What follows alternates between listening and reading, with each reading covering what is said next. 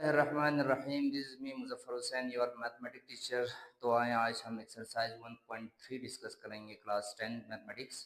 तो question number 1 part 1 इसको देखें तो सबसे पहले अगर आप देखें तो हमें कहते हैं सॉल्व करें। सॉल्व का मतलब है इस तरह के इक्वेशन को सॉल्व करने के लिए सबसे पहले आपने लिखना है जी x square plus 7 equal to 0 और एक्स स्क्वायर 7 को आप राइट साइड पे शिफ्ट करेंगे तो माइनस होगा, taking square root on both side, taking square root on both side।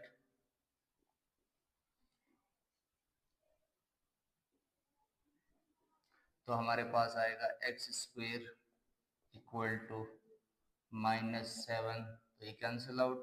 सो जहाँ पे मैंने पहले भी कहा था माइनस आएगा तो आप इस माइनस की जगह पे क्या पुट करेंगे, आयटा पुट करेंगे, आयटा स्क्वेयर। तो ये आयटा स्क्वेयर इंटू 7 हो जाएगा। तो आयटा रूट से बाहर आएगा, आयटा रूट से बाहर अगर आप यहाँ पे दोनों को अलग अलग रूट देना चाहें तो आप दे सकते हैं, और ये रूट से बाहर आएगा तो आपके पास आएगा iota and root 7। So X is equal to आपके पास आ गया, यहाँ पे आप प्लस माइनस साइन लगा सकते हैं, तो हमारे पास आ गया plus minus and root 7 iota. तो ये हमारा क्वेश्चन नंबर 1 यहाँ पे हल हो गया। इसके दो पार्ट और हैं, उस दो पार्ट को आप हल कर सकते हैं। एक आपके पास है एक्स स्क्वेयर, इसी का तीसरा पार्ट मैं कर लेता हूँ।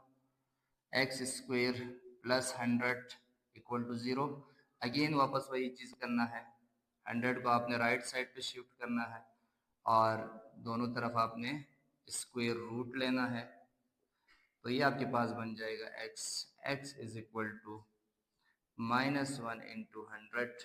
तो ये कर लेते हैं, तो X is equal to iota square into 10 का स्क्वेयर कर लें, तो 10 का स्क्वायर करेगा दोनों आपके पास कैंसिल आउट हो जाएगा, तो आपके पास रह जाएगा x is equal two plus minus 10 आएगा। तो ये हमारे पास आंसर है। तो ये इस तरह से क्वेश्चन नंबर 1 यहाँ पे क्लोज हो गया। अब हम क्वेश्चन नंबर 2 की तरफ बढ़ते हैं, जहाँ पे आपसे ये कह रहे हैं, यानी सॉरी क्वेश्चन नंबर 4 की तरफ बढ़ते हैं। ये इसका क्वेश्चन 1 है और इसका क्वेश्चन नंबर ये 3 है। अब हम क्वेश्चन नंबर 4 की तरफ बढ़ते हैं। क्वेश्चन नंबर 4, क्वेश्चन नंबर 4 में हमें कहते हैं, क्वेश्चन नंबर 4 में हमसे ये कह रहे हैं कि जो ये फैक्टर हैं, यानी गिवन जो कॉम्प्लेक्स नंबर है वो इस इक्वेशन का सॉल्यूशन है या नहीं है, इसको आपने प्रूफ करना है। तो ये क्वाड्रेटिक इक्वेशन आपको गिवन है और इसको कॉम्प्लेक्स नंबर पढ़ते हैं, दिस इज कॉम्प्लेक्स नंबर, जबकि इसको इक्वेशन पढ़ते हैं, कौन सा इक्वेशन है ये, क्वाड्रेटिक इक्वेशन है, क्वाड्रेटिक इक्वेशन। तो इस सवाल को हल करने के लिए अगर आप देखें तो हमारे पास 1 plus 2 eta x square minus 2x ये एक कॉम्प्लेक्स नंबर है, ये क्वाड्रेटिक इक्वेशन है। क्वाड्रेटिक इक्वेशन को हल करने के लिए आपने इसको जहां x है उसकी जगह पे आपने पुट करना है। तो जब आप पुट करेंगे तो यहाँ पे a plus B whole square का फार्मूला इस्तेमाल होगा, ये अंदर मल्टीप्लाई होगा, ठीक है जी। तो ये देखें a स्क्वायर प्लस 2ab करेंगे तो 4b का स्क्वायर करेंगे, ये अंदर मल्टीप्लाई कर लें तो 2 1 जा 2 2 2 जा 4, और यहाँ पे ये दोनों कैंसिल आउट हो गया और 1 रह गया। यहाँ पे आयटा स्क्वायर की जगह -1 पुट करेगा तो ये क्या हो जाएगा, माइनस हो जाएगा। तो -2 -5, तो 4 में 1 निकालेगा तो -3, 5 में 2 निकालेगा तो 3, तो इक्वल टू 0 आ गया। तो लेफ्ट और राइट साइड आपके पास जब बराबर आते हैं तो हम कहेंगे yes it is a solution of the equation. फिर मैंने क्वेश्चन नंबर 6 लिया, क्वेश्चन नंबर 6 लेके इसको हल किया और देखा कि आपके पास क्या है, इसका भी सॉल्यूशन आ रहा है नहीं आ रहा। तो सिमिलर प्रोसीजर आपने करना है, यहाँ पे 1 माइनस आयटा का होल स्क्वायर का फार्मूला इस्तेमाल होगा। तो 1 a का square minus 2ab plus b का स्क्वायर बन जाएगा और यहाँ पे आपके पास 2 अंदर मल्टीप्लाई होगा और ये आपके पास आयटा स्क्वायर की जगह अगेन -1 प्लस 1 आपस में कैंसिल आउट, जबकि -2 आयटा तो आपके पास हो जाएगा 4 आयटा और 2 और 2 प्लस करें तो 4। तो पहले मैंने रियल को लिखा फिर मैंने इमेजिनरी को लिखा जो कि बराबर नहीं आया, तो हम कहेंगे it is not a solution. अच्छा जी, तो क्वेश्चन नंबर 8 को देखिए, तो इसमें कहते हैं फैक्टराइज करें। तो क्वेश्चन नंबर 8 को अगर आप फैक्टराइज करेंगे तो कैसे करेंगे, तो सबसे पहले एक्स स्क्वायर लिखा और इधर माइनस लगा के इधर आपने क्या लिखा जी, -16 लिखा। और -16 लगाने के बाद इसको आप लिखेंगे x का होल स्क्वायर, और जहाँ माइनस है उसकी जगह हमने आयटा लिखा, तो आयटा और 4 का हमने क्या लिखा, होल स्क्वायर। तो एक दफ़ा प्लस में लिखेंगे और एक दफ़ा आपने क्या लिखना है, माइनस में। तो ये हमारे पास आ गया आंसर। तो ये 2 फैक्टर आ गया, 2 फैक्टर हमारे पास आंसर है जी। इस तरह क्वेश्चन नंबर हम 10 लेते हैं। क्वेश्चन नंबर 10 में अगर देखें तो एक्स स्क्वायर प्लस 10y का स्क्वायर, तो इसको क्या करेंगे, अगेन सिमिलर प्रोसीजर आपने करना है। एक्स का स्क्वायर माइनस 10y का स्क्वायर, तो इसको हल करेंगे तो ये अगेन एक्स का स्क्वायर होगा। जहां आपके पास है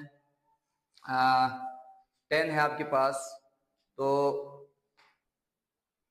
10 नहीं है। अब क्वेश्चन नंबर 10 की तरफ बढ़ते हैं। तो क्वेश्चन नंबर 10 वही सिमिलर प्रोसीजर के साथ आपने करना है। तो ये एक्स स्क्वायर हो जाएगा और -25y का स्क्वायर, तो माइनस की जगह पे अगेन आपने क्या लिखना है, आयटा स्क्वायर। तो ये क्या बन जाएगा, 5y आयटा का होल स्क्वायर। तो एक दफ़ा प्लस में लिखेंगे और एक दफ़ा माइनस में लिखेंगे। तो ये हमारा आंसर है। अब बढ़ते हैं क्वेश्चन नंबर 11 की तरफ। तो क्वेश्चन नंबर 11 की बात करें तो 2 लीनियर कम्प्लेक्स नंबर या 2 लीनियर इक्वेशन आपको दिया जाएगा, उस दोनों लीनियर इक्वेशन को आपने हल करना है। तो क्वेश्चन नंबर 11 में आपको गिवन है z minus 4w is equal to 3 iota, ये क्वेश्चन नंबर 1। और दूसरा हमारे पास है 2z plus 3w is equal to 11 minus 5 iota. तो इसको क्या कहते हैं सवाल में, solve the following system of linear equation. तो लीनियर इक्वेशन को हल करने के वो 3 मेथड है। आमतौर पर हम 3 मेथड इस्तेमाल करते हैं। एक आपके पास है एलिमिनेशन मेथड है, एक आपके पास सब्स्टिट्यूशन मेथड है, एक आपके पास क्रॉस मल्टीप्लिकेशन मेथड है। तो कोई से भी एक मेथड से आप इसको कर सकते हैं, या आप इसको एलिमिनेशन मेथड से करें, या क्रॉस मल्टीप्लिकेशन मेथड से करें, या आपके पास इसमें सब्स्टिट्यूशन मेथड से करें। किसी एक को आप यूज करें। तो मैं इसको कर लूंगा आपके पास जो सब्स्टिट्यूशन मेथड है। इसके अलावा अगर आप एलिमिनेशन मेथड में इसका यूज करूंगा। एलिमिनेशन मेथड में करना क्या है ना, दोनों इक्वेशन के अंदर या z या w में से किसी एक को एलिमिनेट करना होता है। तो आपके पास कोफिशिएंट को सेम करना जरूरी है। तो कोफिशिएंट अगर हम कंपेयर करें तो अगर आप देखें पहले इक्वेशन में z का कोफिशिएंट 1 है, नीचे वाले में 2 है, ऊपर वाले में w का 4 आपके पास, जबकि नीचे वाले में w का आपके पास 3 है। तो क्या है जी, तो हम इक्वेशन 1 को 2 के बराबर करने के लिए हम क्या करेंगे, मल्टीप्लाई करेंगे इक्वेशन नंबर 1 को 2 से, और इसी को सब्ट्रैक्ट करेंगे इक्वेशन नंबर 2 में से।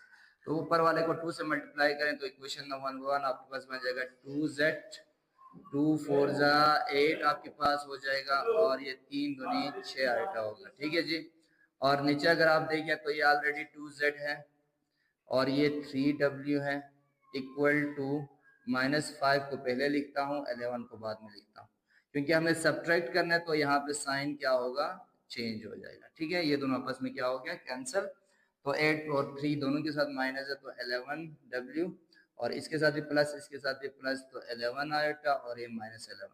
सब में से देखें 11 कॉमन आ रहे हैं, तो w की वैल्यू अगर आप देखें, या 11 से आप डिवाइड भी कर सकते हैं, 11 से आप डिवाइड भी कर सकते हैं। तो w को अगर आप डिवाइड करेंगे तो ये 11i अपॉन -11, यहाँ पे 11 अपॉन -11, तो ये कैंसिल आउट होगा।